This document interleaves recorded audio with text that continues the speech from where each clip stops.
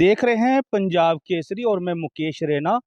कहते हैं मछली जल की रानी है और जीवन उसका पानी है। मगर ये आज जल ही इन मछलियों के लिए एक विष बन गया है। ये तस्वीरें हम आपको घेगियां पंचायत की दिखा रहा हूं, जहां पर एक तालाब था। वहां पे जो स्थानीय यहाँ की जो सरपंच थे, वहां पर उनके सहयोग से, जहां पर फिशरी डिपार्टमेंट के सहयोग से, जहां पे मछलियों का बीज डाला गया था, जहां इसके बाद जहां पर मछलियां हुई भी और काफ़ी बड़ी होगी। और कहा जाता है कि अब ये मछलियां लगातार पिछले 7 दिन से मर रही हैं और इसके लिए पंचायत प्रबंधन की तरफ से ठोस कदम तो उठाए जा रहे हैं, मगर जो फिशरी डिपार्टमेंट की तरफ से अगर देखा जाए तो यहाँ पर मछलियों को बचाने के लिए कुछ खास यहाँ पर कार्रवाई नहीं की जा रही। बताया जाता है कि जो ये जंगली घास है, ये दिखाएंगे हमें मेरे सहयोगी कैमरामैन, इसके कारण जो मछलियों की जहाँ पर जो ऑक्सीजन है वो कम हो चुकी है। जो जहाँ पर जो डॉक्टर आए थे, उनका जो कहना था कि इस कारण ये मछलियों को ऑक्सीजन नहीं मिल पा रही है, क्योंकि जो ये घास ये काफ़ी घनी हो चुकी है। अपनी अपनी सारी बातें करते हैं, पर अभी तक ये साबित नहीं हो सका है कि ये मछलियों के मरने का कारण क्या है। और जहाँ पर हमारे सरपंच हैं, जो जहाँ पे हम उनसे बातचीत करते हैं, कब आपने जहाँ पर बीज जहाँ पर मछलियों का जो डाला था बीज, फिर उसके बाद जहाँ पे पैदा हुई, और क्या कारण हुआ कि मछलियाँ लगातार मरनी शुरू हो गई हैं? नहीं, इसमें जो मछली का बीज डाला था तकरीबन 8 से 10 महीने हो गए हैं उनको। लगातार तो नहीं मर रही है, उसमें क्या है, हमने जो इसके अपने जो फ़िश के जो स्पेशलिस्ट हैं, जो डॉक्टर हमारे शौक जी, उनको बुलाया था। उन्होंने बताया था कि ये जो जड़ी है, ये बरसात में काफ़ी बढ़ जाती है। उसके कारण क्या है, ये जो मछली का हमने बीज डाला, ये बहुत किस्म की मछली होती है। जो इसमें डाला हुआ है, ये बहुत नाज़ुक किस्म की मछली है। इसको अगर ऑक्सीजन ना मिले तो ये उसकी वजह से जो मरना शुरू हो जाती हैं। लेकिन एक ही दिन में जो हमने उनको दिखाया था, उसके बाद क्या है, उन्होंने हमें कुछ एक प्रोसीजर बताया था कि इसमें जो है चूना लेना है और चूने को एक टब में डालकर तकरीबन 1 घंटा रखना। उसके बाद जहाँ-जहाँ भी पानी, नंगा पानी है, वहाँ उनको डालना है, तो उससे उनको राहत मिलेगी। तो वो हमने वो काम किया था। उसके बाद जो है वो काफ़ी फ़र्क पड़ा उसमें। और उसके बाद हमने फिर जो लेबर लगा के इसको जड़ी को निकालने का काम भी शुरू किया है। क्योंकि ये जो जड़ी है, ये बरसात में जब 1 महीने के अंदर तो क्या 10 दिन के अंदर इतनी फैल जाती है कि पूछो मत। तो अभी हमने पिछले 2-3 दिन से इसमें काफ़ी लोग लगा रखे हैं जो जड़ी निकालते हैं। और हम अभ्यास कर रहे हैं, उसका कोशिश भी कर रहे हैं कि हमारी ज़्यादा से ज़्यादा जो फ़िश है वो बचाई जा सके। कितना बीज मछली का बीज डाला था आपने? इसमें हमने 3,000 के करीब, जो है मेरे फिश डिपार्टमेंट वाले आए थे, इसमें 3,000 के करीब हमने बीज डाला था। उसके बाद फिर हमने दूसरा और भी डाला।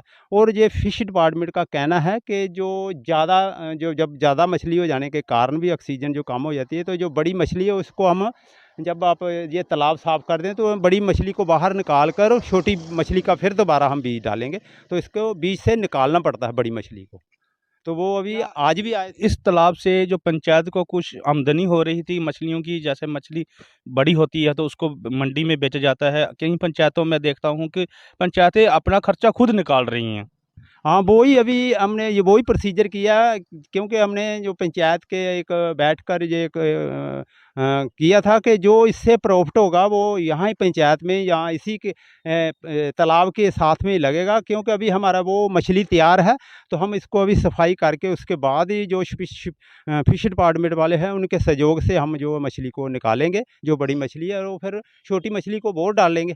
तो इससे क्या होता है, हमारी पंचायत का जो छोटा-मोटा जो तालाब की सफाई है या तालाब का डेवलपमेंट है, उसी से हम जो डिपार्टमेंट है ग्रामीण विकास विभाग, वो पंचायतों को जो तालाब को बचाने के लिए काम कर रहा है। आपके इधर इतना अच्छा तालाब है, पर अभी भी गंदगी की भरा है। क्या सरकार की तरफ से आपको मदद नहीं मिल पा रही है? देखो, सरकार जो है वो एक टेंडर सिस्टम है। वो टेंडर में क्या होता है, जो बाहर का जो डीशल्टिंग का पैसा उसमें नहीं देते हैं। क्योंकि उसमें डीशल्टिंग का पैसा तो अभी जो ठेकेदार टेंडर उठाता, अगर जैसे पहले पहले साल में जो जैसे पंचायतों को डायरेक्ट फंड मिलते थे, उसमें सरपंच जो अपनी मर्जी से जो डीशल्टिंग भी करवा सकता था, जहाँ भी वो अच्छा समझता था ये काम ज़रूरी है तो वो करवा सकता था। लेकिन क्या है, ये पिछले 3-4 साल से ये जो गवर्नमेंट ने एक अच्छा जो एक अच्छा तो क्या हम बोलें कि हमारी तरफ से बुरा जो एक जो उन्होंने रूल निकाला है ताकि वो जो सरपंच है उनको कुछ ना मिले और वो कुछ ना करवा सके, जो करवाए हम ही करवाएं।